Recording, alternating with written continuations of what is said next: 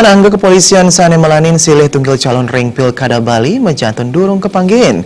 Sekali punika kebawasan Kepala Ombudsman Perwakilan Bali Umar Ibnu Al-Khattab dikalaning pengerauh Kapolda Bali ring kantor Ombudsman Bali. Kepala Ombudsman Perwakilan Bali Umar Ibnu Al-Khattab ngajang becik pangupaya-pangupaya sanek laksana yang Kapolda Bali ris sajeroning nyujur pilkada sane trepti ring Provinsi Bali.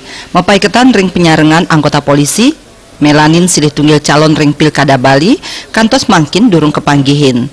Sajeroning nureksain pemargin Pilkada ring Bali, Ombudsman Perwakilan Bali stata memperkanti sareng Panwaslu Yadin KPU. Ya, kita apresiasi ya langkah-langkah Kapolda ya untuk membangun sebuah sistem pemilu yang damai ya. Beberapa kegiatan yang dilakukan oleh Kapolda sangat berkontribusi positif terhadap upaya penciptaan pilkada serentak yang damai di Bali. Sehingga Ombudsman berkepentingan dengan itu karena kalau damai berarti pelayanan publiknya berjalan dengan baik. Kalau ricuh tentu akan mengganggu pelayanan publik.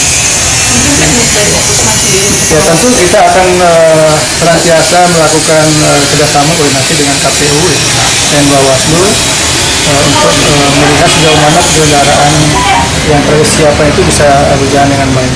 Sejauh ini sih tahapan-tahapannya sudah berjalan dan kita juga ikut terus-menerus melakukan pemantauan dan alhamdulillah ya berjalan dengan baik. Belum ada laporan-laporan yang masuk ke Ombudsman terkait dengan penyelenggaraan. Kapolda Bali Irjen Polisi Petrus Reinhard Golose Mausang majeng pemargin Pilkada ring Provinsi Bali anggan nyani durung nyantenang parindikan sane ngaunang ketreptian pemargin Pilkada.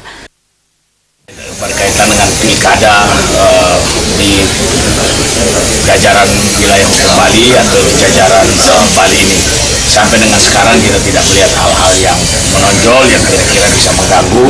Namun segala tahapan-tahapan yang kita ikutin kita sudah antisipasi. Joka Andika.